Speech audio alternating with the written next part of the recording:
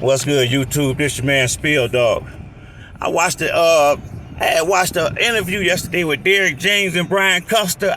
I'm not sure if it was right after the Ugas fight or right before. You couldn't really tell at the part I came in at the conversation, but from what I gathered from them talking,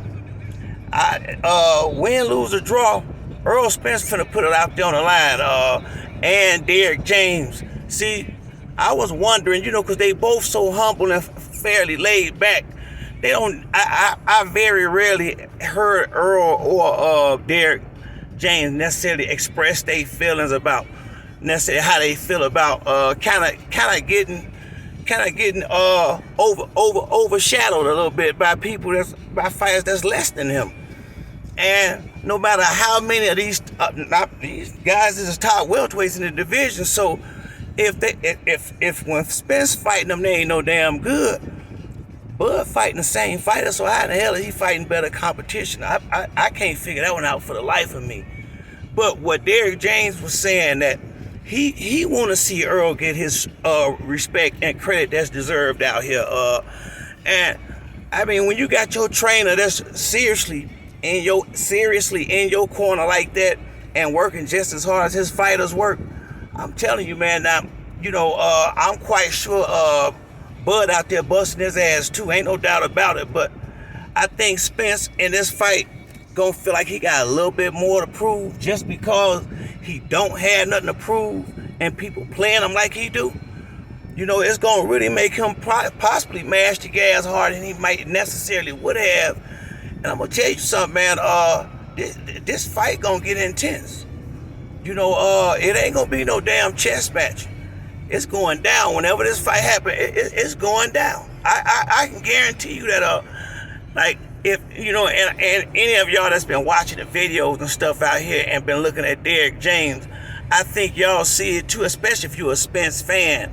His demeanor, it's changed, but not in a negative way. This is the first time I seen Derrick James really want to fight. Not in a way where he gonna lay all this pressure on him, but in a way as it's almost like as far as they've came, and to some degree we made it now. Cause we gonna be on the biggest stage we can be on, and when they handle business on that stage right there, they not gonna be able to deny it this time. They won't be able to deny it this time. Whatever excuses they want to come up with, it ain't gonna work. And that knife cut both ways. Don't get me wrong, but I'm rocking with Spence. In this fight, I'm rocking with Errol all day. And don't get me wrong, that's why I can't wait till the fight over with, so I can root for Bud some more. But right now, not while he fighting Spence. Spence finna disrespect that boy Glamour, and it's not gonna be Bud's fault necessarily. It's gonna be some of these other people's fault. Bud a little bit too, but it's gonna be a lot of these his peers, these ex-boxers. That's really just I can't understand what it is that I don't know what it is, man, that make these guys act the way they do. I ain't necessarily act the way they do, but I mean, when you picking Mikey Garcia over him, I mean, shit, Ray Charles could see what Mikey did have. I don't know what the hell Mikey thought he saw. I really don't. I've been thinking that, well, he probably think the same thing Bo Mac keep hollering. Ain't nothing changed about Spence. They used to say that same shit about Floyd. But it might look the same to the people on the outside, but you ain't in that ring. And the ones in that ring, I guarantee you, they got a different attitude about who Errol Spence is and what he can and can't do. So when this fight go down, I really, man, I see a masterpiece being painted with boxing gloves, and I truly hope DJ and EJ get the love they're supposed to get, not from the fans. The fans already give it to them, but from their peers.